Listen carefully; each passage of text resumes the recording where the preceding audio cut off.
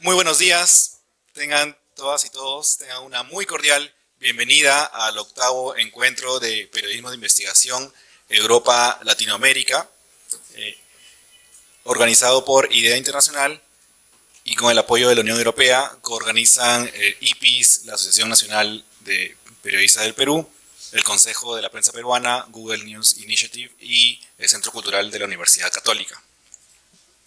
Para empezar este encuentro, que consta en 2 jornadas de conferencias, mesas, talleres y capacitaciones, quisiéramos invitar a las autoridades para que den las palabras de bienvenida. Invitamos a Jerome Pocielgue, jefe de cooperación de la Unión Europea en Perú, a Adriana León, directora de Libertades del Instituto Prensa y Sociedad IPIS, a Percy Medina, jefe de misión para Perú de IDEA Internacional, y a Jacques Lo, director de la carrera de periodismo de la Pontificia Universidad Católica del Perú, a quienes recibimos con un caluroso aplauso.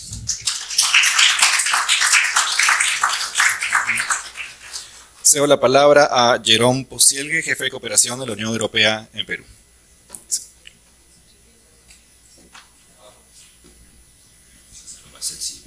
Buenos días a todas y a todos. Es un gusto participar en esta reunión que encuentro.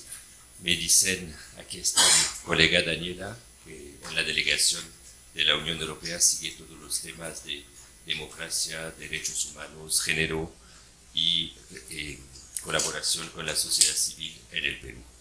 Es la octava reunión de este tipo y me alegro que hayan tantas personas que participen. Como ustedes saben, nosotros desde la Unión Europea, el Tratado Constitutivo de la Unión Europea hace que concretamos lo que somos, nuestro ADN, o sea, la promoción de la democracia, de los derechos humanos y la dignidad de las personas, que es uno de los temas sobre los cuales la Unión Europea se construyó, es parte de nuestra historia, es parte de lo que somos. Y por esto estamos aquí trabajando con IDEA y trabajando con todos los colegas para promover lo que creemos. Obviamente la libertad de expresión es una parte fundamental de la democracia, pero también tiene que ver con el derecho a la información, la libertad de prensa, el pluralismo en la materia y la independencia de los medios. Justamente IDEA ha sido nuestro socio en promover estos temas a lo largo de los años y son temas de particular relevancia en el momento que atravesamos a nivel mundial, también en Perú con las elecciones, donde circula muchísima información, obviamente circula también información falsa. Las redes sociales creo que obligan, es un poco, me imagino, como la relación entre los hoteles y el Airbnb, no sé, donde cada uno dice un poco lo que le canta, lo cual puede ser lindo y puede ser feo también, porque contribuye muchísimo a la desinformación y a la manipulación de la opinión pública. Y obviamente esto influye en los discursos y las políticas públicas, porque muchos políticos se eligen en base a esta falsa información y esta manipulación de muchos temas, tanto de la realidad de lo que pasa, pero también de las emociones de las personas. Entonces entiendo que hay 60 periodistas de la región que están aquí, algunos peruanos de varias regiones, y muchas gracias por haber hecho el esfuerzo de venir aquí. También a todos los colegas que nos acompañan y vinieron de varios países, de México, de España, de Argentina, y seguramente se me olvidan algunos, tal vez los conoceré más tarde. Bueno, esto vamos a dar vuelta a la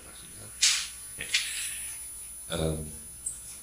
Bueno, entonces el evento en sí en realidad es uno tratar de construir una red entre ustedes para que puedan intercambiar información y apoyarse, porque también somos desde la Unión Europea muy conscientes de lo difícil de esta carrera de periodista. Hay países donde la gente termina en la cárcel cuando no hace nada, hay países de la región, también países de Europa donde es una realidad. También se está un poco perdiendo la independencia de las personas en el sentido que uno tiene que pensar como lo que piensa el dueño del periódico.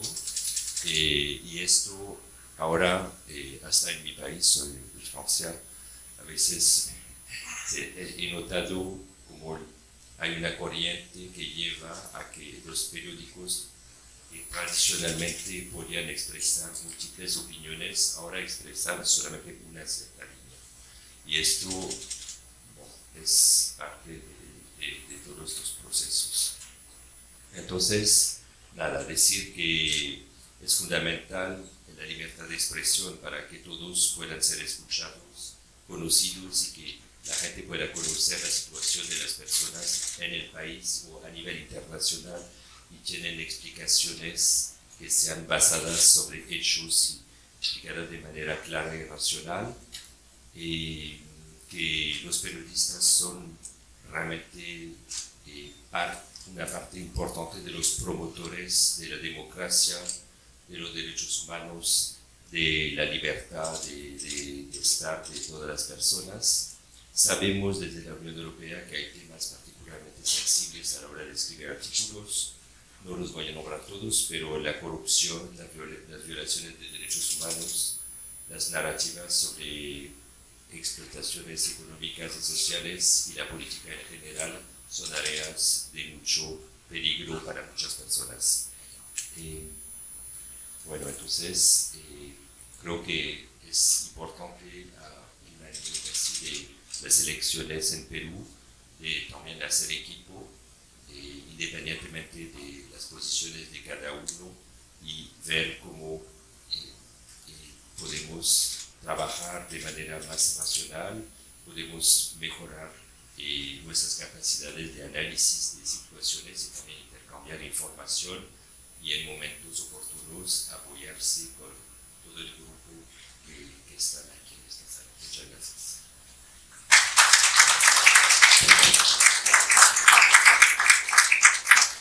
Invitamos a Adriana León, directora de Libertades de IPIS. Buenos días con todos y todas, muchas gracias por estar acá. Gracias, Salvador, Percy Medina, director de IDEA, Jack, gracias por el apoyo también para este evento que ya tiene 8 años. Gracias a Zuliana de la ANP, a Rodrigo del Consejo de la Prensa y a todo este esfuerzo que hacemos hace 8 años para reunir periodistas, sobre todo de las regiones del país, y poder intercambiar experiencias y técnicas y herramientas con periodistas de América Latina y también de Europa. Brevemente quería solamente decirles que espero que lo disfruten, que estén aprovechando, sobre todo las personas que han venido de Europa y de América Latina. Vamos a conversar de temas muy importantes que tienen que ver con cómo se cubren elecciones, cómo se cubre la corrupción, cómo se cubre la infiltración del crimen organizado y de las mafias en la política a portas de unas elecciones bastante complicadas que vamos a tener el próximo año. Pero también vamos a poder hablar de cómo pues, todo este tema del periodismo es muy importante, pero también es importante financiarlo, porque si no hay manera de tener un medio de comunicación que tenga por lo menos algo de financiamiento, y es muy difícil hacer. Es un problema que está pasando en el mundo, que está pasando en el Perú, que pasa mucho en las regiones, y justamente por eso también hicimos un foco en esa temática. Así que, bueno, esos eran bienvenidos y bienvenidas, y espero que disfruten mucho. Muchas gracias a todas las personas que han hecho el esfuerzo desde las regiones y desde el extranjero de darse un tiempo para estar 2 días en la Lima que tenemos. Gracias. A continuación, Percy Medina, jefe de la misión para Perú de IDEA Internacional.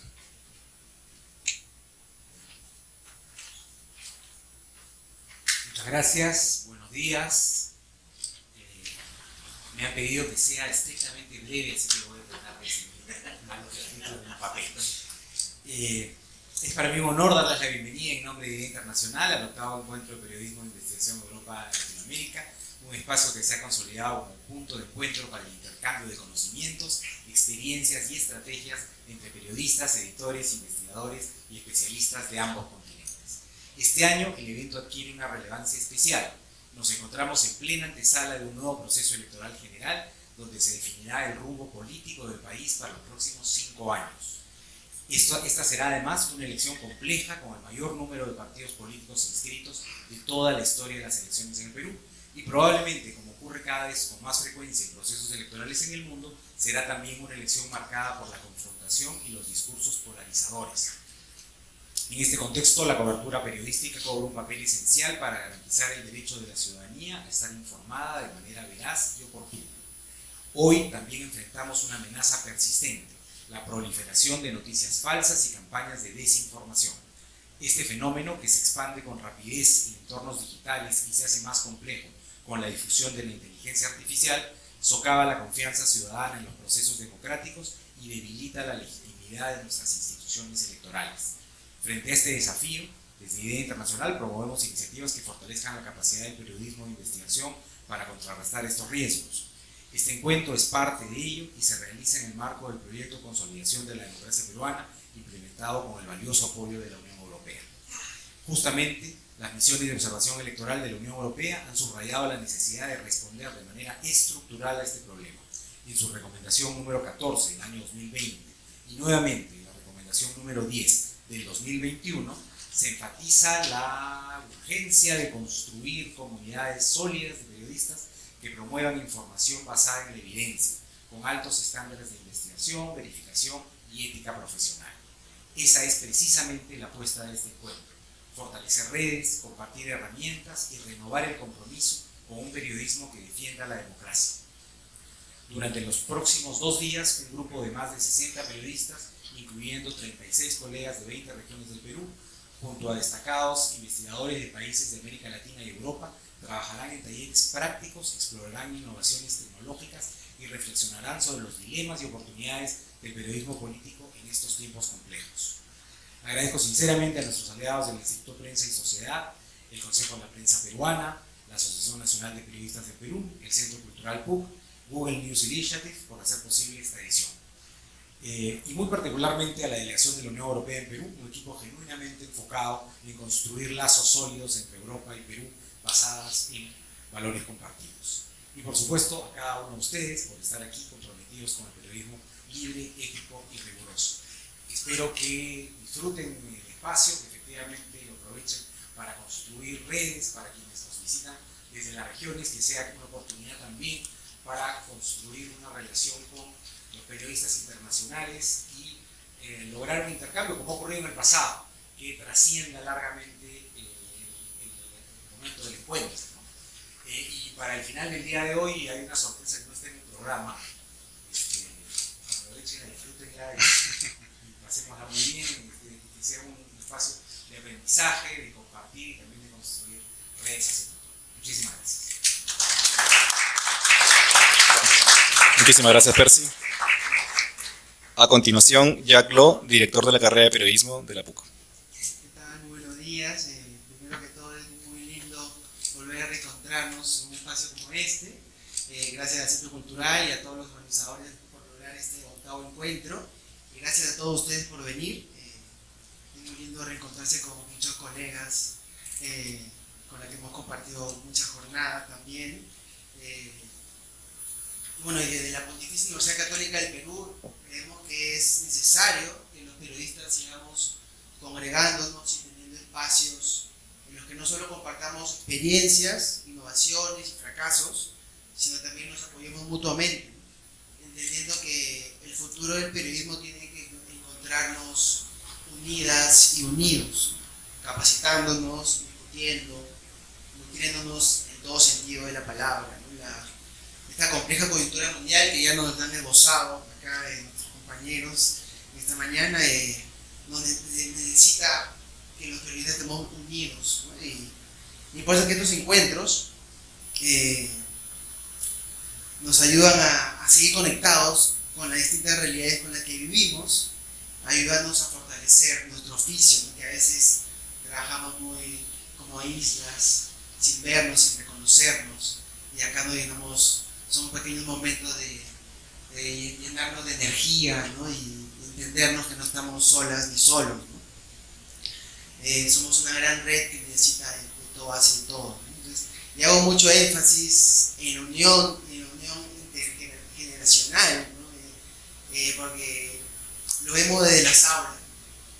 Cada vez las escuelas de periodismo reciben menos alumnos. Cada vez hay menos escuelas en la región que lleven el nombre de periodismo. Cada vez hay más estudiantes que llegan a últimos ciclos sin motivación ni aspiraciones. Y es por ello que veo relevante que los y las periodistas con años en esto asumamos esta responsabilidad colectiva antes de generar un periodismo que se adapte a los nuevos tiempos, que encuentren otras artes, otras formas de hacerse sostenible y que pueda trabajar en el entendimiento y desarrollo de la inteligencia artificial que nos preocupa a todos. Creo que hay un reto más grande o un reto anterior a ello, ¿no? Que es la inspiración. Es por ello, ¿no?, que aprovecho esta oportunidad para motivar a nosotros y a nosotras periodistas a esforzarnos también por inspirar y motivar a las futuras generaciones, a estas generaciones que se quieren embarcar en este apasionante oficio. Apoyémoslos, no les cerremos las puertas. Sé que nuestro día a día nos hace andar a mil, ¿no?, pero nunca perdamos la oportunidad de conversar con ellos, de aceptar entrevistas, de acercarse a esta generación que necesita de sueños tangibles que les hagan pensar en un futuro con más oportunidades. Oportunidades para cumplir sus sueños, para sentir que la vida es posible haciendo lo que más nos gusta. No quiero sonar muy soñador o demasiado optimista o ser un optimista sin juicio, pero les exhorto a mirar nuestro recorrido, y estoy seguro que cuando miremos atrás, todas y todos volveríamos a transitar este mismo camino con la misma pasión o más, ¿no? Entonces, estemos dispuestos a trabajar con las nuevas generaciones, enseñarles sobre el oficio y también, ¿por qué no?, aprender de ellas y de ellos, ¿no? Porque también tenemos que aprender nuevas formas de consumo, nuevas formas de comunicación que nos conecten con la sociedad, ¿no? Con esto voy a acabar. Hace muchos años, cuando recién empezaba el boom de la gastronomía peruana, entrevistaba a Gastón Acurio, uno de los responsables, ¿no?, del orgullo que actualmente los peruanos y las peruanas sentimos por nuestra comida. Y se me quedó grabada una frase que me dijo en ese momento, y siempre viene a mi mente, es que los cocineros nos apoyamos mutuamente, compartimos nuestros saberes y experiencias, ya que entendemos que si la gente tiene una buena experiencia en un restaurante, va a querer seguir visitando otros restaurantes, así como también volver al nuestro. Todos ganamos, ¿no? Y me parece, la sensación que a mí me deja es que así debería ser el buen periodismo, ¿no?, contagiante. Y desde ese día, bueno, sigo con esa idea, y ahora que desde la academia les pido ser más abiertos para compartir nuestros cuchillos, nuestras tablas, y juntos y juntas descubrir sabores que sigan haciendo de este uno de los oficios más apasionantes del mundo. Y nada, para lo que necesiten, tienen a la Facultad de Ciencias y Artes de la Comunicación para poder ser aliadas y aliados de todo lo que se proponga. Muchas gracias y tengan un gran encuentro. Muchísimas gracias a las autoridades. Les invitamos a que se pongan de pie para la foto inicial.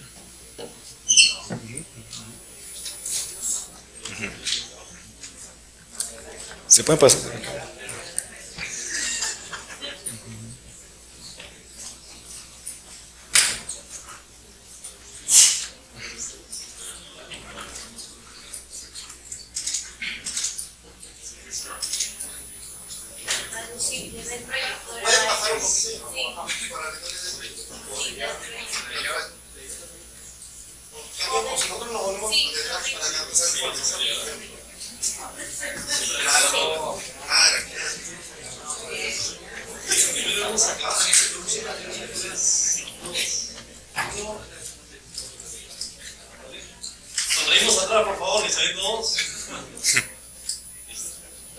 Adelante, por favor.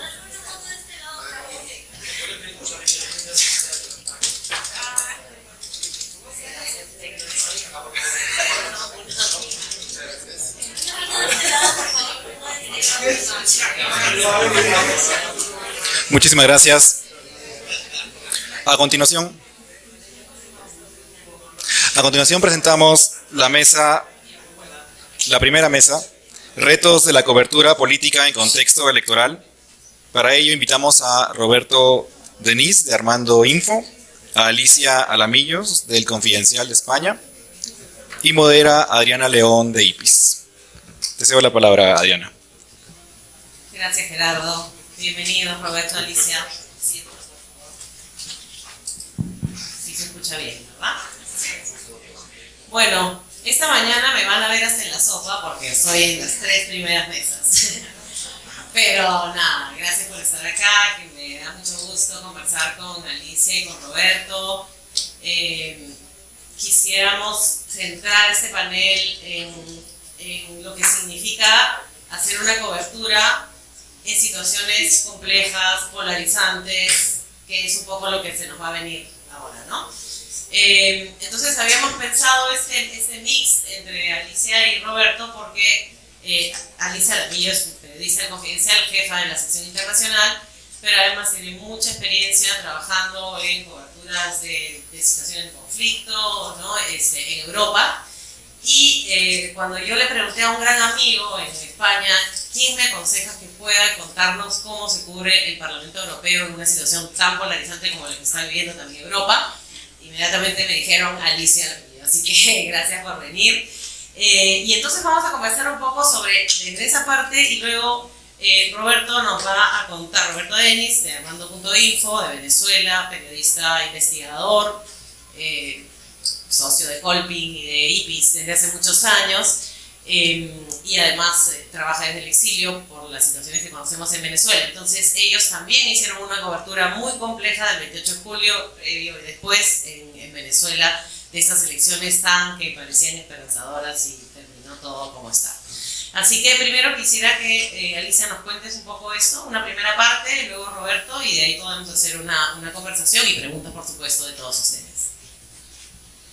Vale, pues muchísimas gracias por la invitación y desde luego por la introducción, que ha sido wow, gracias. O sea, me siento honrada de estar aquí, de poder hablar, especialmente porque efectivamente las elecciones al Parlamento Europeo, que me tocó cubrir desde la sección internacional en el Confidencial como jefa, pero también, curiosamente, yo trabajé muy brevemente para el propio Parlamento Europeo. Entonces, las anteriores había trabajado como oficial de prensa para ellos. Entonces, conozco los dos lados y son unas elecciones complejas, pero de una manera un poco distinta a lo que luego tendrá que contar mi compañero Roberto, porque el nivel de violencia es muy distinto, ¿no? Pero no por eso tenemos tampoco que confiarnos, ¿no? Son complejas más bien por lo polarizantes que han sido, por la cantidad de desinformación y desde luego por el alcance. Las elecciones al Parlamento Europeo son las segundas elecciones más grandes del mundo, si no me equivoco, solo después de la India, con casi 400 millones de electores, y tienen también varios elementos que hacen que la cobertura sea, bueno, que esté llena de retos, ¿no? Porque es un enfoque al mismo tiempo para adentro, desde España, claro, y para afuera, porque tengo que hablar de Rumanía, tengo que hablar de Alemania, tengo que hablar de Francia, ¿no? Entonces es un salto que tiene que dar a veces la cabeza y que no es tan sencillo que a lo mejor un enfoque más normal de unas elecciones del día a día. Y otro problema que también tenemos con las elecciones del Parlamento Europeo, que sí que habiendo hablado estos días con varios compañeros periodistas peruanos, es la novedad y el desconocimiento, ¿no? O sea, me comentaban que en Perú se va a tener ahora que votar el año que viene al Senado. Entonces, habrá un montón de procesos que son todos nuevos. En el caso del Parlamento Europeo hay cierta distancia entre lo que un español de a pie conoce y luego las elecciones europeas, ¿no? Esa idea. Entonces, el enfoque va por dos ramas. La parte casi más didáctica, o sea, que yo me tengo que esforzar de explicar, de traducir un elemento tan complejo como es el propio Parlamento Europeo, que tampoco lo pone, no sé si está todavía nuestro compañero europeo de la delegación en Lima, pero no lo pone fácil, la burocracia europea tampoco. Entonces hay que acercarle al lector de una manera que siga sintiendo que son suyas. Porque una cosa, por ejemplo, que ha pasado muchas veces en España y que me imagino que es similar en otros países de América Latina, es la falta de compromiso político del votante, ¿no? Del votante de a pie, porque cuando no conoce no le interesa. Entonces en España, por ejemplo, es muy habitual que la participación, si son solo elecciones europeas, sea muy baja, ¿no? Entonces era también parte de nuestro trabajo, desde el mundo periodístico, decirle, vale, vamos a ver, esto es, o sea, estas elecciones te interesan muy moderadamente, porque la mayoría de la gente está de acuerdo con que la Unión Europea ha sido positiva para el desarrollo de España, pero no estás comprometido porque sientes que lo que pasa en el Parlamento Europeo no te interesa o no te va a afectar. Y este enfoque es realmente donde nosotros intentamos hacer esa diferencia. Si me enrollo mucho, córtame, o sea, con esta idea de, vale, decidimos hacer un proyecto más largo, o sea, una cobertura larga de casi un año, de ir manteniendo un contexto de en qué te afecta a ti el Parlamento Europeo, con dos versiones.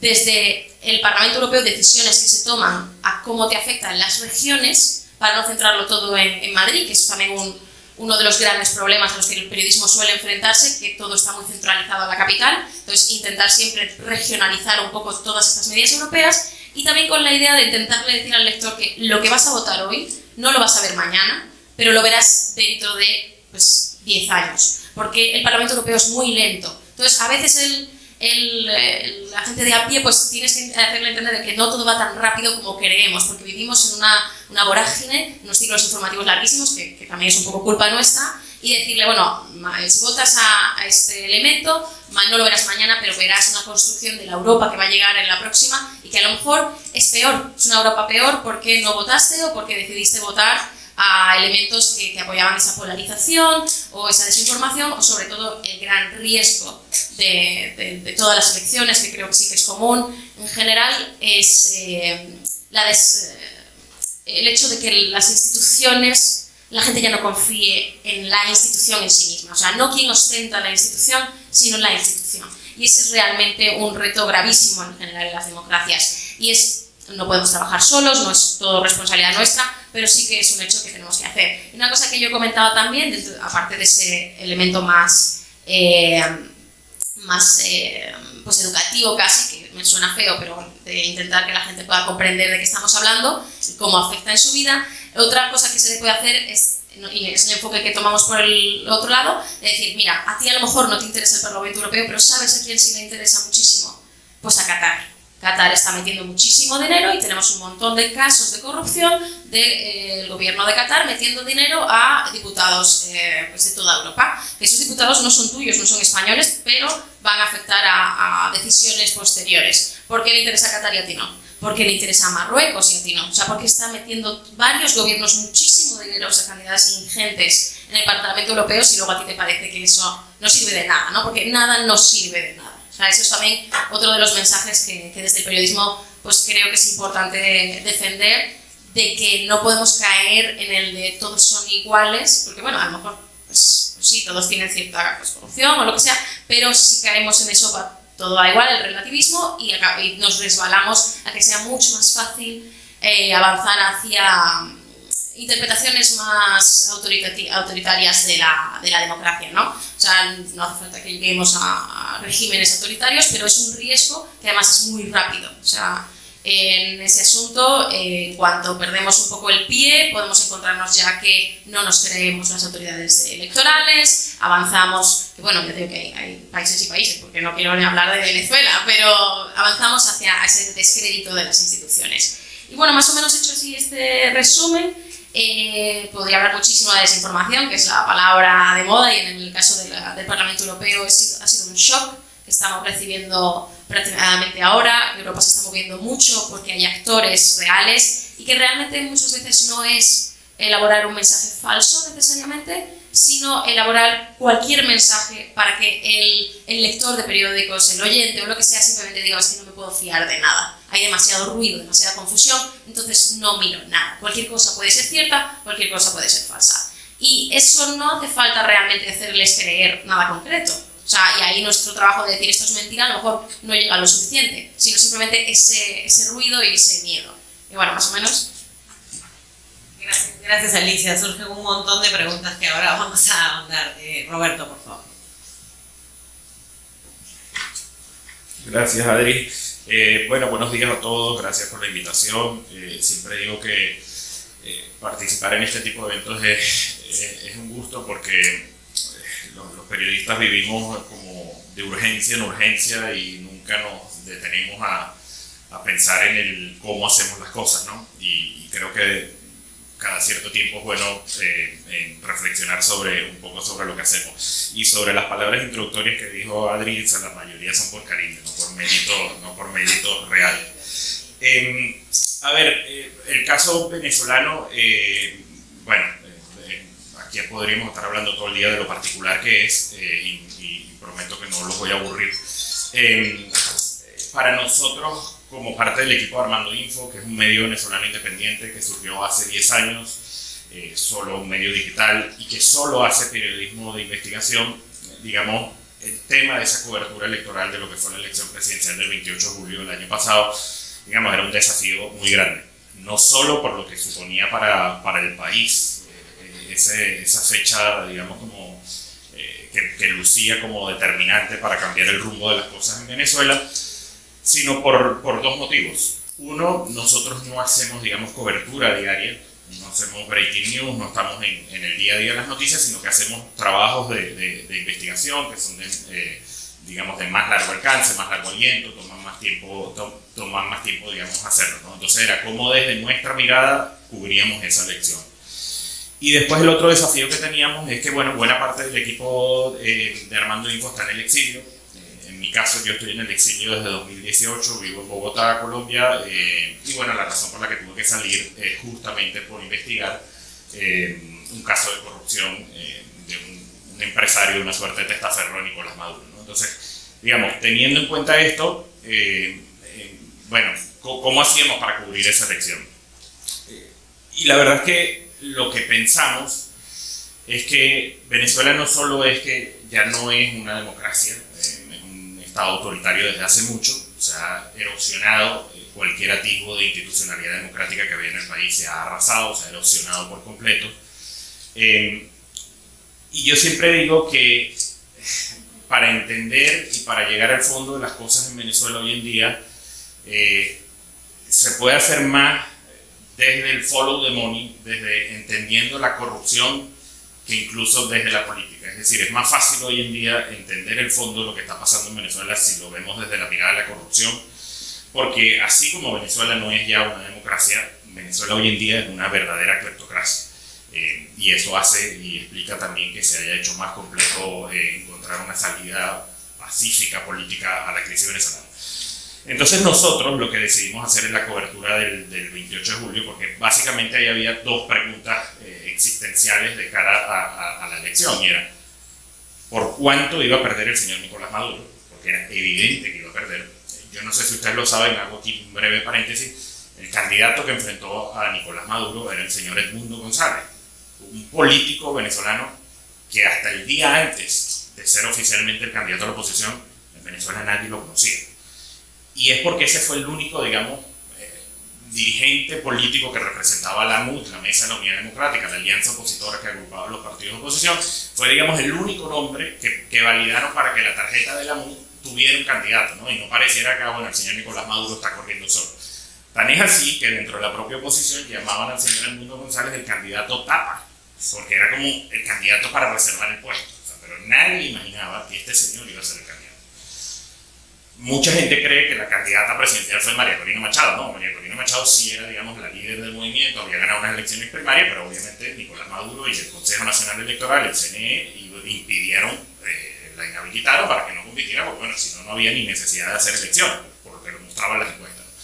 Entonces, digamos, una gran pregunta que había de dilucidar era por cuánto podía perder el señor Nicolás Maduro, y después la gran pregunta era, ¿el señor Nicolás Maduro va a reconocer o no va a reconocer la derrota? Pese a toda la esperanza que se generó, el movimiento que se generó en el país, yo lamentablemente, yo siempre digo que desde que nací yo soy pesimista, por el oficio de periodista me he hecho más pesimista, y por lo que ha pasado en Venezuela en los últimos 25 años me he hecho todavía más pesimista. Lo siento, pero la realidad mata, ¿no? Entonces, nosotros en el equipo de Armando Info teníamos muy claro lo que iba a suceder desde el punto de vista de que no se iba a reconocer la elección. Y entonces lo que preparamos, el resultado de la elección, perdón, nosotros lo que preparamos es, desde esta idea de, bueno, entendiendo esa estructura cleptocrática que hoy en Venezuela, nos pusimos a entender qué hay alrededor del CNE, del Consejo Nacional Electoral. Porque en realidad el Consejo Nacional Electoral es una institución política controlada abiertamente y totalmente por el señor Nicolás Maduro y por el poder político en Venezuela, pero tiene unos actores claves, y uno de estos actores claves era una empresa argentina llamada Exple, que surge, que funciona como contratista de todo el software, de todo el sistema electoral, de toda la tecnología electoral en Venezuela. Y nosotros pusimos la mirada en ellos y empezamos a ver, bueno, quién está detrás de esta empresa, por qué llegaron, cuáles eran las conexiones políticas, porque obviamente no ibas a poder estar ahí, digamos, sin conexiones políticas. Y eso nos permitió, antes y después del día de la jornada electoral, demostrar que básicamente Excle, bajo la fachada de una contratista tecnológica del Consejo Nacional Electoral, en realidad era un CNE paralelo. Y era un CNE paralelo controlado por el señor Jorge Rodríguez, un dirigente político importante del chavismo, presidente de la Asamblea Nacional, el Congreso en Venezuela, su hermana Delcy Rodríguez, que es vicepresidenta de la República. Y logramos demostrar cómo durante los últimos años, preparándose para la elección del 28 de julio, lo que venía haciendo el chavismo era sacando al personal del CNE y poniéndolo a trabajar en Excle. Técnicos de larga trayectoria en el CNE, con experiencia, con conocimiento tecnológico, etcétera, de cómo funciona todo el tema específico de los circuitos electorales, las circunscripciones, todas estas cosas, fueron vaciando de capacidad técnica del CNE para que esta empresa Excle, que era la contratista, en realidad se erigió en un CNE paralelo controlado políticamente por Nicolás Maduro y digamos todas las figuras claves del chavismo. Eso fue una parte de lo que hicimos y después, digamos, después podemos entrar en los detalles de cómo fue a lo mejor la reportería o algo, pero eso fue, digamos, una de las cosas claves que hicimos. Y nos permitió demostrar, digamos, toda esta estructura fraudulenta que, entre otras cosas, explica lo que ocurrió el 28 de julio. Y después, con esta misma reportería que venimos haciendo previamente, obviamente esto suponía estar en contacto permanente con fuentes internas, insiders que hacen parte del sistema, pero después ir corroborando eso mismo con documentos, con fuentes alternas, etc. Ustedes saben que se anuncia el resultado en Venezuela, anuncian un resultado que además... el 28 de julio, digamos, el fraude electoral en Venezuela fue tan grotesco que no se molestaron en fabricar pruebas. O sea, si uno ve la historia de los fraudes electorales en Latinoamérica, uno se da cuenta que, bueno, en determinado momento se fabrican pruebas, o si no hacen escaramuchas de, bueno, no sé, queman las papeletas en algún sitio, o sea, aquí fue tan grotesco el fraude que lo que salió el rector del CNE la noche del 28 de julio anuncia el resultado, un resultado que no hay manera de auditarlo, porque normalmente el CNE debe publicar los resultados, digamos, mesa por mesa, centro de votación por centro de votación, colegio por votación, ciudad, municipio, ciudad y así.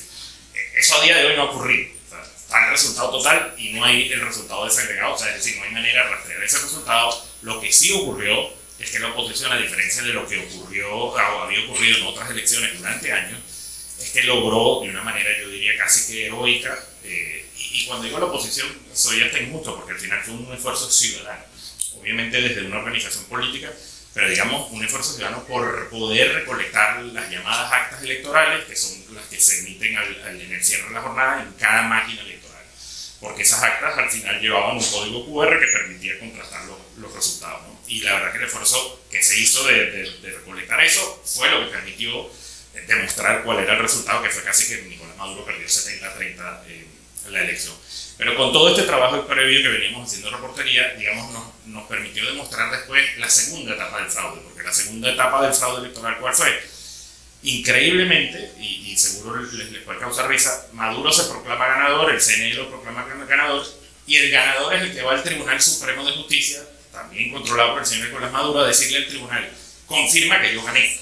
O sea, normalmente, digamos, los litigios o el que va a un tribunal es el que tiene que hacer un reclamo.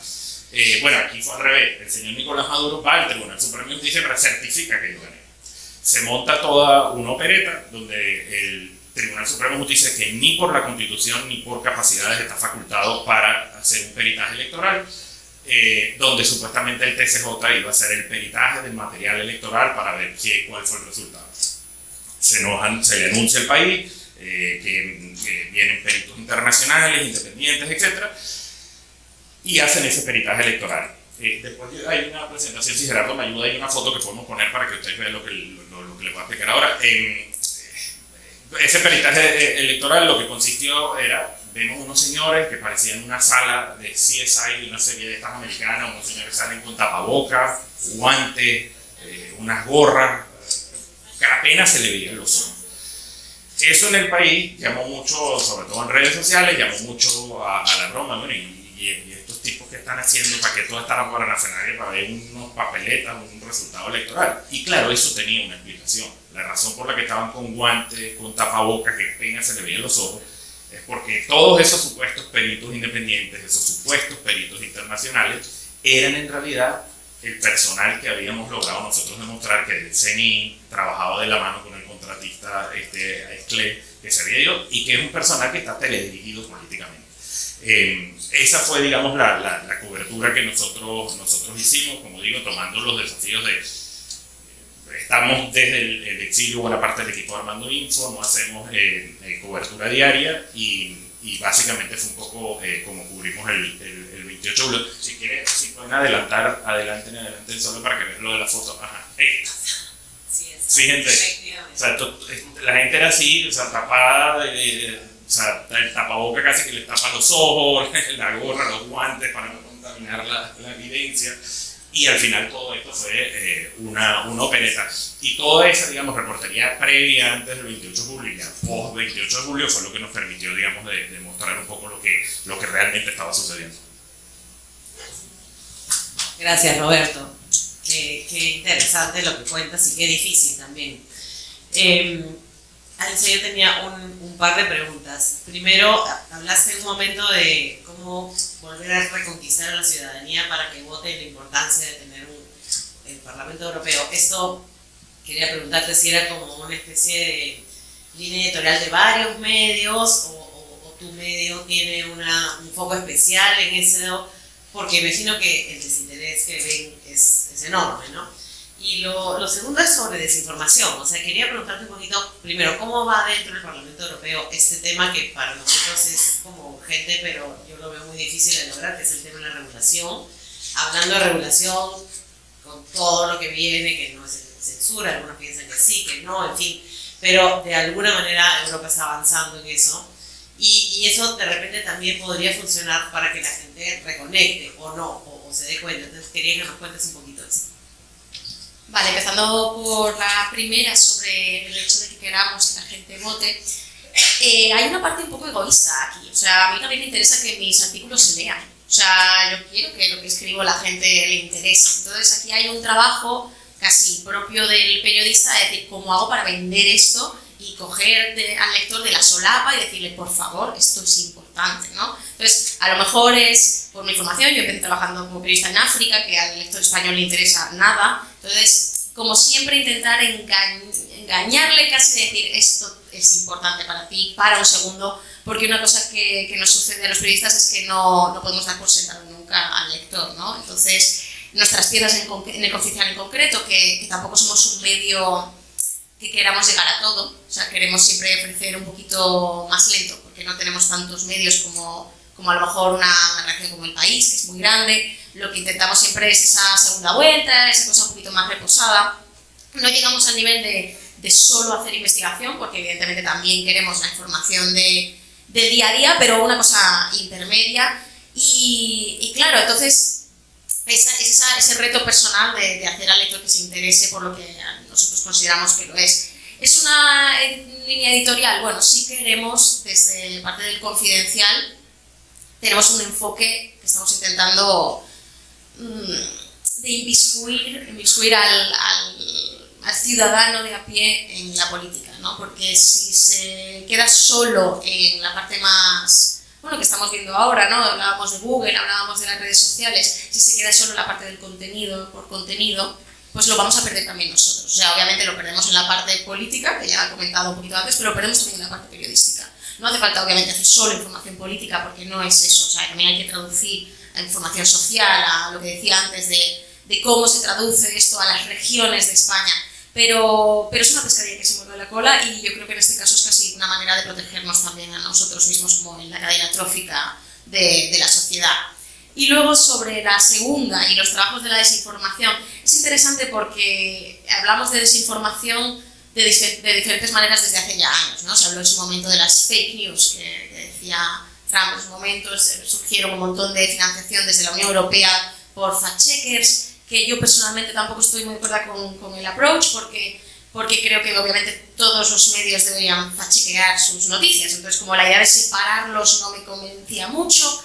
Pero claro, cuando sucede la invasión de Rusia de Ucrania, el público, porque la Unión Europea ya lo venía de antes viendo, nos damos cuenta que la desinformación es una herramienta que utilizan también estados, actores, terceros, ¿no? Que no ya es solo el ruido, es también una cosa que se utiliza como arma, ¿no? Entonces, desde el Parlamento Europeo, desde la Comisión, se ha intentado generar distintas vías, ¿no? Tenemos la vía de buscar narrativas de desinformación, tienen distintas plataformas como EUDisinfo o demás que detectan cuáles son las desinformaciones, que a veces son cosas rarísimas. O sea, no creo que llegara a Perú, pero sí fue una cosa bastante que se tomó gracioso en España, porque hubo una especie de epidemia de chinches en París, justo antes de los Juegos Olímpicos. Entonces, jiji, jaja, París, qué sucio, ay, mira estos franceses, jajaja. Bueno, pues evidentemente sí que había algún tipo de casos de chinches, pero todo esto estaba siendo amplificado por un actor muy concreto, que era Rusia, ¿no? Entonces, ¿por qué se interesa que esta tontería de una plaga de chinches? Bueno, pues que en general lo que necesitan es ese ruido. En río revuelto pescan perfectamente los pescadores, ¿no? Entonces era un poco esa idea, y a veces son narrativas muy tontas, y que si eres un medio y no estás atento, pues es muy fácil caer, ¿no? De, ay, mira, en redes se ha visto esto en el metro de París, que salta una chinche para otro lado. Bueno, eso es como la parte más graciosa, pero un ejemplo más cercano son las elecciones en Rumanía, que me imagino que desde Perú pues pillan un poco lejos, pero de repente España sí que ha visto que toda esa información de elecciones que deberían habernos dado más igual hasta hace muy poco son también nuestras, ¿no? Por hemos tenido ese ascenso a que ya nos importa lo que pasa en Estonia, que antes nos daba un poquito más igual. Entonces, en las elecciones rumanas se dio el caso de un candidato ultra pues, prorruso también, que arrasó casi por sorpresa en las elecciones en la primera vuelta, y se dio cuenta de que todo esto venía también por una campaña financiada, obviamente desde actores externos, en TikTok, ¿no? Entonces, ¿qué pasa aquí? La gente no, o sea, y esto era una perversión de la democracia, ¿no? Porque habían hecho, pues para convencer a los lectores, bueno, convencer a los ciudadanos, habían obviamente mentido, engañado, bombardeado, había habido lo que sería una perversión de cómo entendemos la democracia.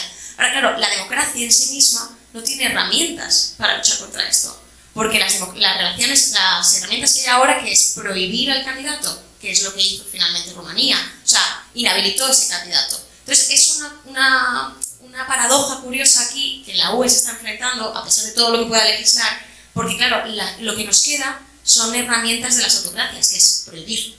Claro, pero tampoco podemos simplemente dejar que pase, ¿no? Entonces aquí sí que es verdad que hay mucho trabajo nuestro, no podemos echarnos encima todo el trabajo, porque obviamente es paralelo con los elementos. También el público tiene que ser educado en saber detectar ciertas cosas, ¿no? Pero bueno, es el mundo en el que estamos. Y en cuanto a la legislación, a mí lo que más me preocupa es eso, que realmente no tenemos las herramientas, porque ahora es muy fácil que ciertos políticos de la ultraderecha, en este caso en Rumanía, o más prorrusos, digan, bueno, es que me han prohibido el candidato. Igual que pasó, por ejemplo, cuando Europa prohibió cuentas como Russia Today, Sputnik y demás, que además en América Latina tienen muchísima preponderancia. Claro, el enfoque era que estos no son medios de comunicación, ni siquiera es solo propaganda, sino que son elementos desde la doctrina Gerasimov, del ministro de Rusia, son herramientas del ejército ruso, o sea, del Ministerio de Defensa. Pero claro, ¿eso cómo se lo explicas a la gente? Es muy fácil que la gente diga, vale, ya estamos aquí prohibiendo cosas, ¿no? Entonces es un elemento muy difícil de equilibrar, que es el que se está enfrentando con Europa. Es cierto. Gracias, Alicia. Roberto, yo sé que no puedes revelar todo cómo haces tu trabajo, pero una de las cosas que siempre me surgen a mí, y en el tema específicamente de lo que has contado ahora, es cómo llegas a las fuentes de adentro y también cómo las proteges, porque pues si se sabe que esa fuente habló, es como que condenado a prisión, si es una de las cosas. Eso me parece, ¿cómo hicieron esa reportería en ese caso específico y en general desde tu trabajo desde el exilio? ¿Cómo puedes sacar esas cosas tan profundas sin estar ahí? La pregunta del millón. A ver, yo como les decía antes, o sea, creo que el hecho de que nosotros no hacemos breaking news, periodismo del día a día, no tenemos que estar con la urgencia del ministro dijo, fulano dijo, nos da tiempo para construir otras cosas, ¿no? Y una de esas cosas que hemos construido es una muy buena relación con fuentes, y aquí yo, digamos, hablo por mi experiencia propia.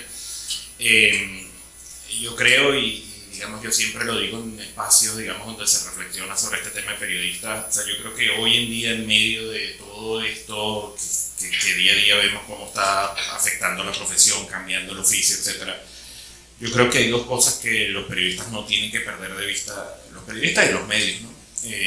Una es tener una mirada propia, es decir, hoy hay demasiado ruido, lo vemos en las redes sociales, la desinformación, o sea, demasiado ruido, y la única manera, creo yo, de escapar a ese ruido es tener tu mirada, tu agenda propia y no desviarte de eso, ¿no? Y eso es lo que te va a permitir construir como grandes historias, buenas historias, siempre preguntándote, bueno, ¿por qué es importante esto? ¿Por qué es importante esto para la gente, ¿no? O sea, ¿por qué estoy contando esto, no?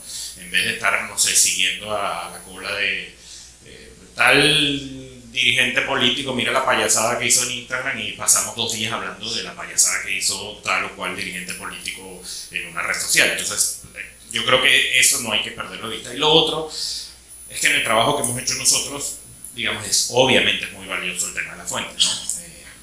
Yo siempre pongo como ejemplo, yo antes de hacer parte del equipo Armando Info, y mientras estuve en Venezuela antes, trabajé en el diario El Universal en su momento, que era un diario prestigioso en Venezuela, de los más tradicionales, en la sección de economía. Y yo, a día de hoy, hay fuentes que tengo que las comencé en ese momento. O sea, es imposible, es mentira que esto va a aparecer cuando alguien te diga, mira, sí, averigua con fulanito de tal que ya te dio el nombre, y empieza a hablar, ¿no? Y después hay que tener yo creo que mucha transparencia desde el comienzo en, digamos, por qué uno está hablando con una fuente. Todas las fuentes, es evidente, también tienen intereses, y uno como periodista tiene que ser consciente de eso y tiene que ponderar eso, ¿no?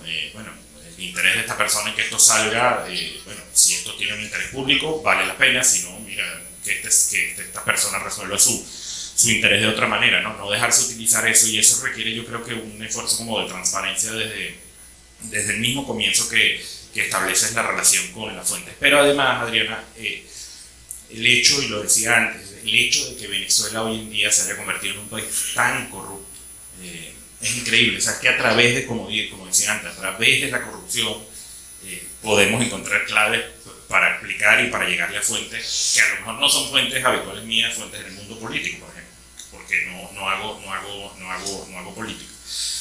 Y yo creo que, bueno, después está el tema de, digamos, de la profesionalidad, no solo lo que nos parece la profesionalidad con que uno trata esa fuente, y desde el minuto cero, digamos, entender y fijar las condiciones, entre comillas, de esa relación. Obviamente, cuando estábamos haciendo esta reportería, bueno, esto lo están grabando, yo nunca lo he dicho por ahí, pero o sea, yo estaba en contacto con gente dentro del CNE, o sea, y literalmente dentro del sistema, los días, semanas previas, el día de la elección y los días posteriores. Y claro, eso obviamente es muy valioso, eso supone unos riesgos para esas fuentes también. Es muy curioso, después de que se publica uno de los primeros trabajos, bueno, una de las personas que tiene más control político en el CNE reunió como a la plana mayor del CNE, los amenazó, todo un juego de terror de decirle, ya sabemos quién es el sapo, el que está... Entonces, bueno, cuando uno va recibiendo eso, uno entiende la gravedad de lo que está haciendo, requiere mucha seriedad y mucha responsabilidad de parte de uno. Bueno, la seguridad de las comunicaciones, cómo haces esas comunicaciones, en entender incluso que no tienes que presionar más de lo necesario por querer contar o buscar una información, porque tienes que entender desde el minuto uno que esa otra persona está en riesgo, ¿no? Yo creo que esas son como algunas de las claves.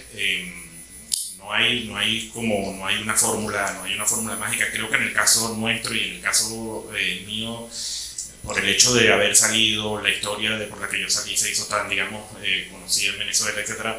Yo creo que también hay fuentes que de entrada dicen, bueno, o sea, este tipo agarró, se fue para seguir trabajando, entonces de entrada hay una confianza, una relación de confianza, pero también les digo, o sea, muchas veces uno rápidamente capta, digamos, cierta intencionalidad en las fuentes y hasta presiones de, bueno, es que si no publicas en 1 o 2 semanas, entonces se lo voy a dar a otro. Entonces cuando a mí me dicen así, yo le digo, dígame a quién se lo quiere dar, que yo le paso el número. O sea, yo no voy a correr el ritmo suyo. O sea, si usted cree que vale la pena que nosotros le dediquemos tiempo a esta investigación por el impacto que pueda tener, por el valor que pueda tener, por cómo lo hacemos, lo mostramos, buenísimo. Si su interés es que esto salga mañana, yo no puedo, primero porque está en juego la credibilidad de uno, pero además también la seriedad y el rigor con el que hemos decidido y con el que estamos habituados a hacer el trabajo que nosotros hacemos. Gracias, Roberto. Quería preguntarte una cosa, porque es que acá hay muchos colegas que nosotros también somos un país muy corrupto y es muy difícil hablar con fuentes que claro, no nos ganan. Sí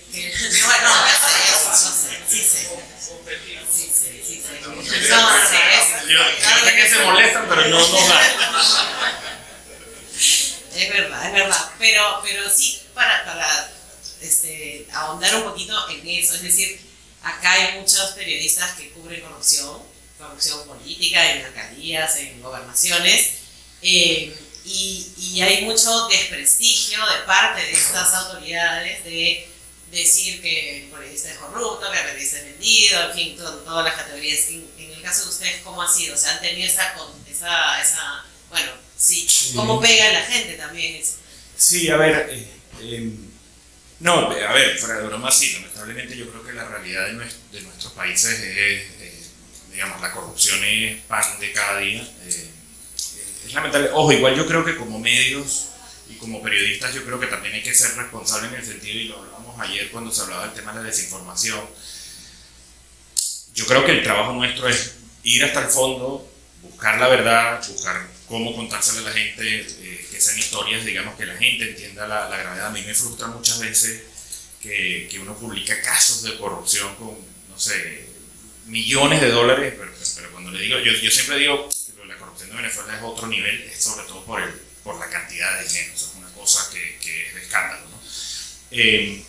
Pero al final, digamos, a la gente, yo creo que si tú le dices 100 millones de dólares, sí, le suena mucha plata, pero la gente no sabe la gente no sabe, digamos, esos 100 millones de dólares, si hubiesen estado en mi ciudad, si hubiesen estado en mi país, digamos, ¿para qué hubiesen servido? Entonces, yo creo que hay un desafío ahí también de nosotros, de no caer a lo mejor en esa tentación de decir, ay, es que todos son corruptos, todos iguales, nada vale la pena, porque yo creo que eso juega también la desinformación, ¿no? A sembrar el tema de la desesperanza. Entonces, uno tiene que entender por qué es importante eso que contamos, ¿no? Y sí, digamos, en el caso nuestro, digamos, el tema de las campañas de desprestigio, de acoso, etcétera, ha sido muy fuerte. En mi caso particular, como les decía al comienzo, yo salgo de Venezuela en 2018. Yo no sé si aquí en Perú es igual, pero en Venezuela, con el chavismo, los llamados delitos de opinión se convirtieron en delitos penales. Ok, entonces la primera denuncia, que fue por difamación, injuria continua grabada de este empresario que yo investigaba, que es una suerte de testaferro, Nicolás Maduro, esa denuncia de difamación, injuria continua grabada me ponía 6 años de cárcel. Esa es la razón por la que yo decido salir y continuar desde afuera la investigación. ¿Es cárcel efectiva? Sí, claro. Y después no solo eso, después en Venezuela, en el año 2018, creo recordar, se crea la llamada ley contra el odio, que cuando la ley es una ley específicamente creada para los periodistas. Y entonces ahí puede entrar un tweet, un reportaje, una caricatura, cualquier cosa, puede ser, no, usted está instigando el odio. Y ahí te pones a 20 años de cárcel. Yo tengo una acusación también por instigación del odio. Es decir, estando fuera de Venezuela, me abrieron otra acusación, que es la de instigación del odio. Y lo más grave que estamos viendo ahorita, más allá del tema de las campañas, esa estigmatización, bueno, o sea, en redes sociales han dicho que yo soy, no sé, agente de la CIA, emisario del diablo, han dicho de todo, ¿no? Ojo, uno se ríe y está mal que lo aceptemos y que lo manejemos así, pero es que la verdad tampoco sé, o sea, yo digo, hoy en día es muy fácil pegarle a un periodista, y cuando digo pegarle es tanto en el sentido físico como pegarle en el sentido digital, virtual. Pero lo más grave que está ocurriendo en Venezuela, sobre todo después del momento de la elección presidencial del año pasado, el 28 de julio, es que se han detenido colegas que estaban en el campo, que cubrieron las protestas a raíz del fraude electoral. Están presos aún hoy, y varios de ellos los están judicializando por terrorismo. O sea, si agarran a un periodista, veo al señor con un teléfono grabando, un camarógrafo, los detuvieron y algunos los están judicializando por terrorismo. Y a nosotros, el fiscal general de la República el año pasado, que más que fiscal general de la República, es el carcelero Nicolás Maduro, porque está al servicio de Nicolás Maduro sin ningún tipo de independencia, nos abrió una nueva acusación y una nueva investigación, en este caso por extorsión, supuestamente involucrándonos a nosotros en una trama de corrupción que nosotros investigamos. Y la razón de eso es porque en el caso mío ellos han tratado, por ejemplo, de hacer peticiones a Interpol para ver si logran enviarme a Venezuela. Y la razón de eso es porque están buscando como que un delito económico que es distinto a un delito de, bueno, un periodista, ¿no? Entonces sí, eso pasa. Yo sé que es muy duro, y la verdad y yo creo que los periodistas cometemos un error ahí en el sentido que no estamos equipados bien a nivel de la cabeza, me refiero de salud mental, para entender la dimensión que supone esa presión, y por eso, bueno, es legítimo, mucha gente tira la toalla, mucha gente agarra miedo, y es legítimo, ¿no? Entonces creo que tenemos que ser más conscientes de eso, y siempre mi recomendación es, hay que denunciarlo. Así sea, mire, usted lo denuncia solo en sus redes sociales, si tiene un medio, lo publica en el medio, digamos, porque hay que dejar constancia siempre. Si usted siente que usted, un alcalde, una autoridad local, lo está acosando, lo está vigilando, usted hágalo público. Yo diría que en el mismo acto, con las redes de colegas, siempre es bueno compartir esa información. Digamos, lo peor que puede pasar en esos casos es que sientan que el periodista es un Quijote, un llanero solitario, que no tiene nadie que está ahí, porque se les va a hacer más fácil actuar contra los periodistas. Gracias, Roberto. Tenemos espacio para algunas preguntas de los que están aquí presentes. ¿Alguien quiere preguntar? ¿Se anima? Sí. ¿Hay micrófono para empezar? Buenos días a todos.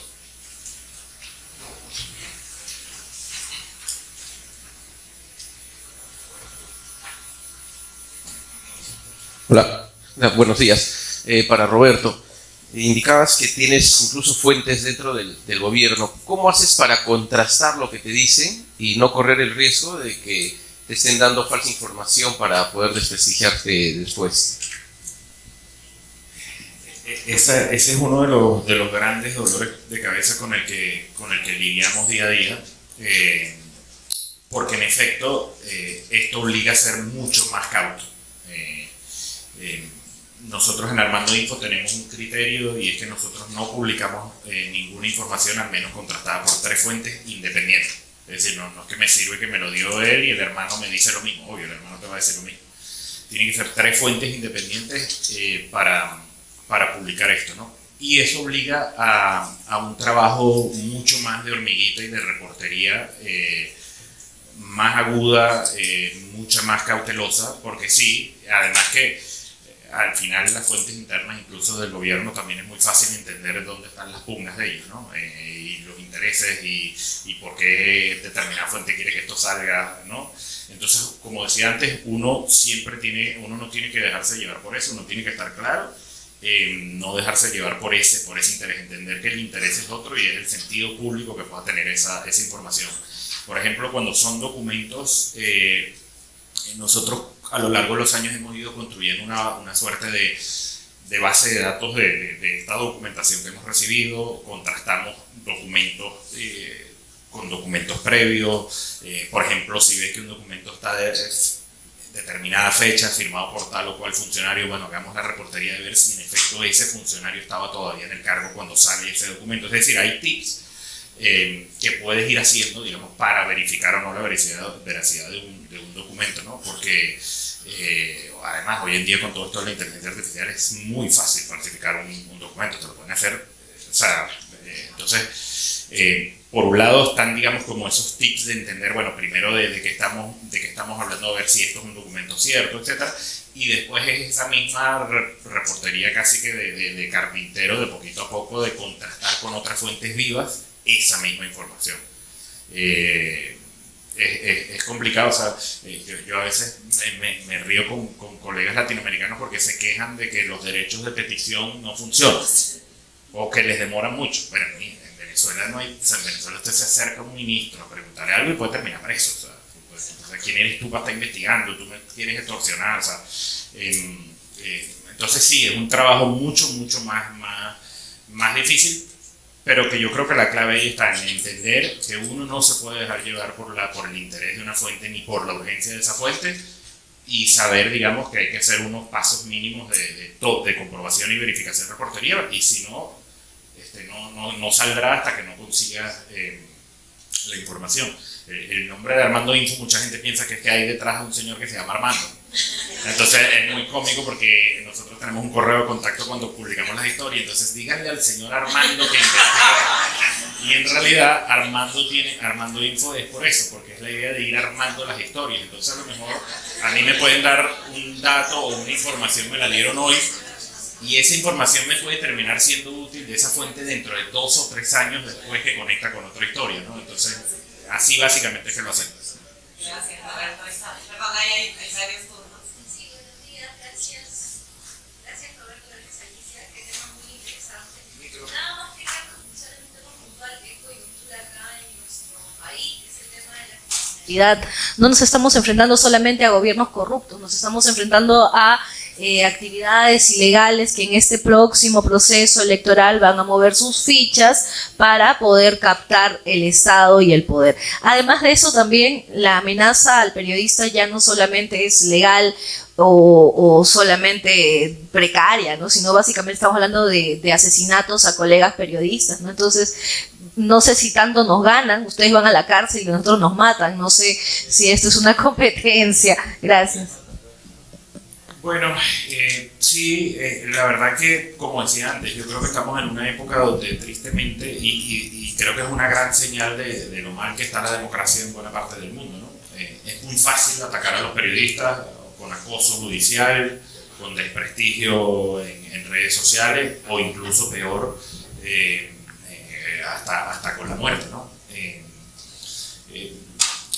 Yo, digamos, yo tengo un respeto muy profundo, como, bueno, me ha tocado estar en Colombia y ver, digamos, exacto, un país que ha vivido, digamos, con violencia política muy fuerte durante décadas, ver el trabajo de colegas en las regiones, que me imagino que se puede parecer a lo mejor lo que pueda pasar aquí en Perú, que literalmente están a la buena de Dios, y se enfrentan narcos, minería ilegal, y otros grandes, digamos, centros como de casi que estructuras, corporaciones delictivas, ¿no? Yo digo, es muy difícil, ¿no? Muy difícil porque cada realidad es la que es, pero yo creo que sí hay una época, y así como soy muy pesimista, a lo mejor este es mi lado, mi 0.1% de optimismo, es que yo creo que estamos en una época donde es importante hacer lo que hacemos. Y quizás a lo mejor lo que toca es cambiar la manera de trabajar en el sentido, bueno, medios locales o muy de provincia, muy de locales, trabajar más en alianza con redes nacionales. Por lo menos en el caso de la experiencia de Armando Info, yo creo que ha sido muy valioso todas las alianzas que hemos hecho organizaciones, IPI, Perú, la gente de Colpin o CCRP, que es un medio internacional, un consorcio de periodistas internacional que investiga el crimen organizado más en Europa del Este, trabajar incluso a veces con grandes medios hispanoamericanos como el diario El País de España. Es decir, yo creo que hay que buscar las fórmulas para uno encontrar más protección. A ver, lo que está claro es que, bueno, ninguna vida, digamos, o sea, primero es la vida y luego todo lo demás. Pero, por ejemplo, o sea, si ustedes sienten que en la realidad del Perú, cada vez actores, digamos, ya no pensemos los políticos, sino otros actores más de organizaciones criminales, están teniendo un peso importante, yo creo que tienen que repensar la forma también de trabajar, ¿no? Pero yo creo que hay que hacer lo posible por continuar, siempre y cuando, obviamente, digamos, buscando las mayores garantías posibles, ¿no? Obviamente no podemos comparar en ningún caso la situación que tenemos ahora sí en general en los países europeos. Hemos tenido obviamente en su momento, sí, en España, con ETA, o a lo mejor Daphne Caruana en Chipre, que fue asesinada, en Malta, perdón, sí, y por estar investigando temas también de corrupción a nivel europeo y demás. Pero sí que, o sea, el hecho de estar aquí y obviamente pues, los retos que se enfrentan ustedes en Venezuela, en Colombia, en México, son muy distintos. Justo una compañera hablaba de una periodista que había muerto por estar en un fuego cruzado, o sea que ni siquiera era que iban a por ella, ¿no? Es muy distinto, pero también luego, por ejemplo, ayer hablando con periodistas de RCPP, hablaban de ciertas señales, ¿no? O sea, de cosas que, igual que comentaba antes, es muy rápido el proceso y es muy fácil empezar a verlo, pero no tan fácil actuar y darte cuenta a tiempo, ¿no? Porque es una señal que a lo mejor los políticos ya no quieran responder a los periodistas, ¿no? Eso es una señal de que algo va mal, de que ya no se nos está respetando. Es una señal también que se señale, por así decirlo, a periodistas directamente, ¿no? Con nombre y apellido, este periodista no me gusta lo que ha escrito. Entonces, obviamente no estamos en el nivel en el que se está en América Latina, en Europa, pero tampoco es tan difícil que caigamos hacia ese camino, ¿no? O sea, y obviamente tenemos otras señales, lo que está pasando en Hungría, ¿no? O sea, Orbán ha establecido un ecosistema de medios, la presión no es violenta todavía, pero sí es una presión económica, es una presión legal que comentaba sobre, pues se le acusa de delito de odio, pero en el caso de Orbán, pues a lo mejor agente extranjero, ¿no? Cualquier periodista que haya recibido algún tipo de financiación extranjera, que puede ser de una ONG, pues ya cuenta como que puede ser agente extranjero, ¿no? Entonces son escenarios distintos que estamos viendo ya y que no podemos tampoco desde Europa caer en esa complacencia de, bueno, es que aquí no vamos a llegar nunca a eso, porque no lo sabemos y no es tan difícil. Gracias, Alicia. Me parece súper importante lo que dices, porque en verdad estos encuentros es también para conocer lo que pasa allá, que no es tan distinto. Nosotros tenemos ahora una ley también que, como la de Orbán, igualito.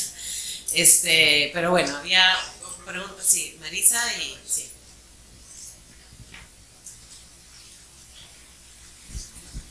Hola, buen día. Maritza Ramírez desde Jaén, y justamente he tenido que viajar desde las 8:30 de la mañana de ayer para llegar acá a algo de 10 de la noche, y esto está bien gracias a la corrupción.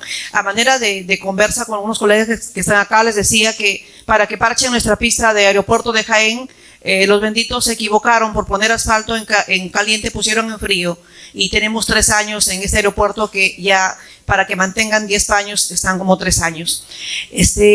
Yo dirijo un diario que todavía es escrito. Soy la directora, soy reportera, soy correctora, bueno, hacemos todo, en provincia es bárbaro. Y el tema es hoy entre cómo conseguir cuidar las fuentes, teniendo en cuenta que hoy la noticia es del momento, pero yo tengo que contarla mañana. Pero aún felizmente sí podemos, estamos en vigencia y muchas veces marcamos la pauta en nuestra pequeña provincia.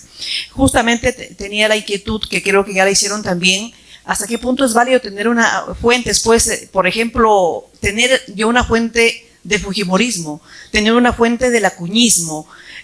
Bueno, los que vivimos en Perú saben muy bien a qué me refiero, ¿no? Entonces, en experiencia sí me ha sido muy válida. Fuentes pero claro, como lo dijo, ¿no? Contrastar. Me pasan información 11 de la noche, fotos de una funcionaria compartiendo con quienes lo iban a investigar, y me decían, sácalo mañana en tu diario. Pues no lo saqué. 5 de la mañana ya estaba en todas las redes sociales. Bueno, me atreví a no sacarlo porque y si hoy con la tecnología todo se puede modificar, alterar.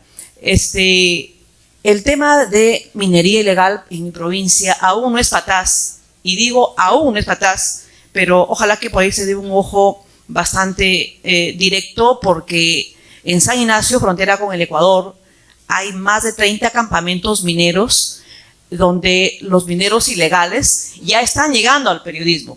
¿cuánto cobras para sacar, para que no digas nada? Porque ya me han llegado emisarios.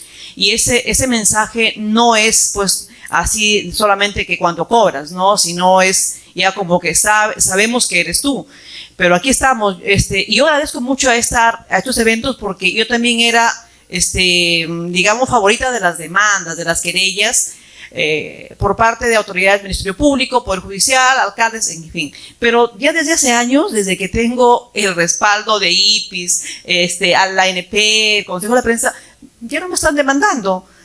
No sé si ya no me ven sola, o es que también, también he aprendido un poco a autoproteger, a controlarme, ¿no? Sabiendo de que no basta la verdad, como decía Rosa María Palacios, tengo la prueba, pero no, se me fue su frase de Rosa María Palacios. Uno puede tener muy bien, saber que es cierto, pero no tenemos el papelito, ¿no?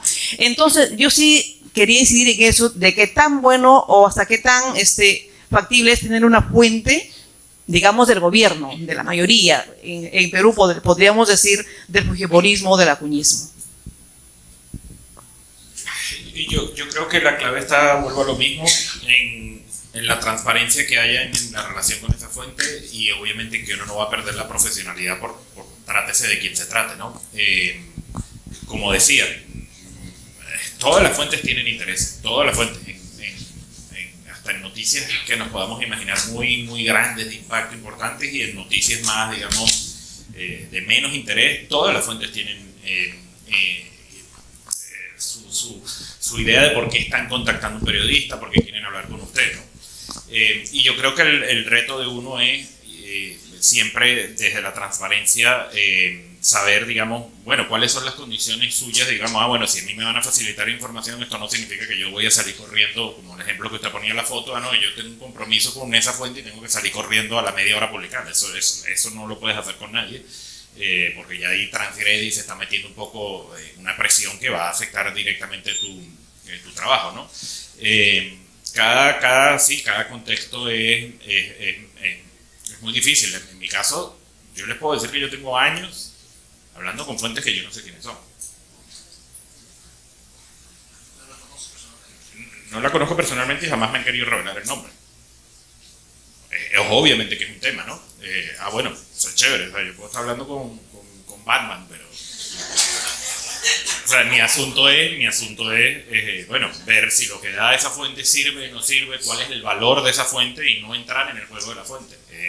Porque uno puede entender que hay razones de seguridad y que hay razones de... yo creo que ese es el criterio. El ejemplo que usted ponía de la foto es muy bueno. Además que uno como medio periodista tiene que plantearse ¿qué queremos nosotros? O sea, salir corriendo la primicia, que hoy en día las primicias se agotan en un minuto en las redes sociales, se evaporan en 5 minutos, pongamos. O a lo mejor tratar de, a partir de ese dato de la foto, empezar a ver, bueno, qué hay realmente detrás de esta historia, de por qué esta funcionaria que está investigando se reunió con los investigados. Yo creo que ese es el reto. No estoy diciendo que lo otro no sea noticia, pero lo otro apenas es 1 centímetro. O sea, y el asunto es llegar hasta el fondo, creo yo. Y cuando se hace por lo menos periodismo de investigación, yo creo que ese es el norte que hay que tener. Y como digo, la relación con las fuentes, yo creo que la clave ahí es la profesionalidad de uno y la transparencia con las fuentes. Mire, yo no estoy al servicio suyo.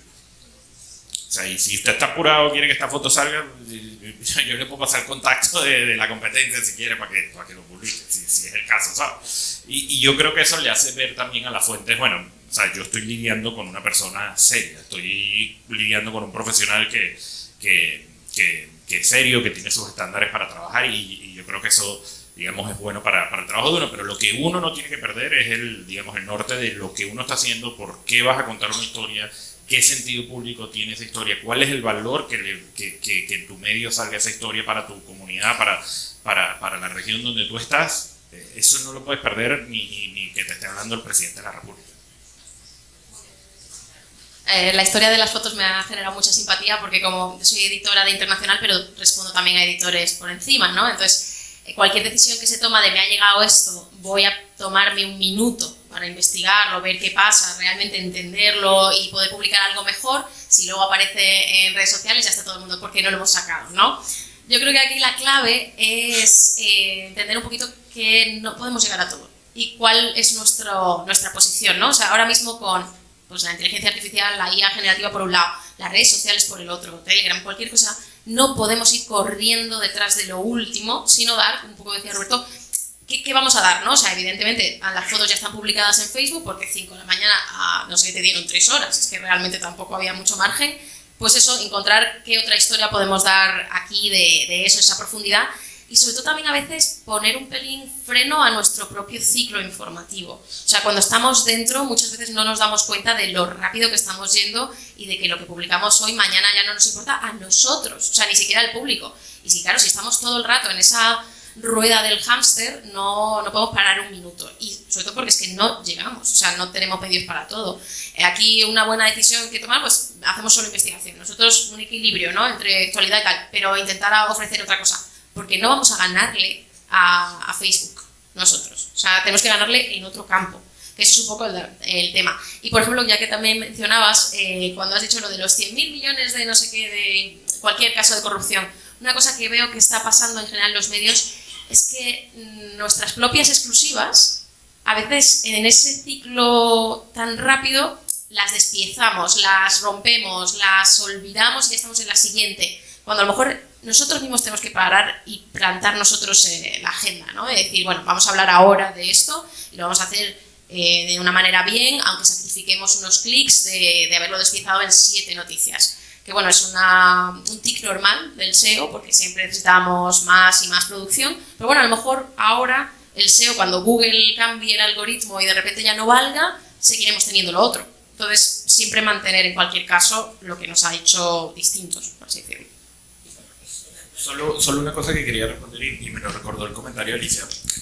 Por lo menos cuando uno investiga corrupción, hay una tendencia una trampa que muchas fuentes quieren ponerle a uno, ¿no? Y es la idea de, si tú no sacas eso, yo te doy algo más importante. Bueno, esa es una trampa que hay que evitar desde el minuto 1, no caer en esa trampa.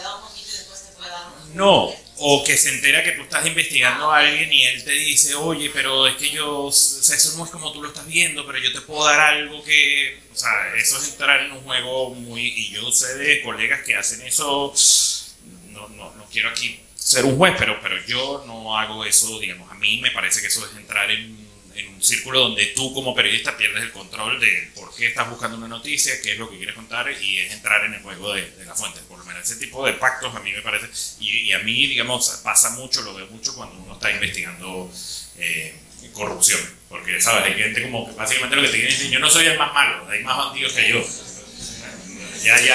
Ya habrá tiempo para destaparlos también, no te preocupes. Gracias Roberto, tenemos que terminar, pasamos a la siguiente. La última, por favor, no me deje que estoy esperando hace rato. Lo último, no me dejes. Ok, bueno. Por favor. Roberto, Alicia, bienvenidos a Perú.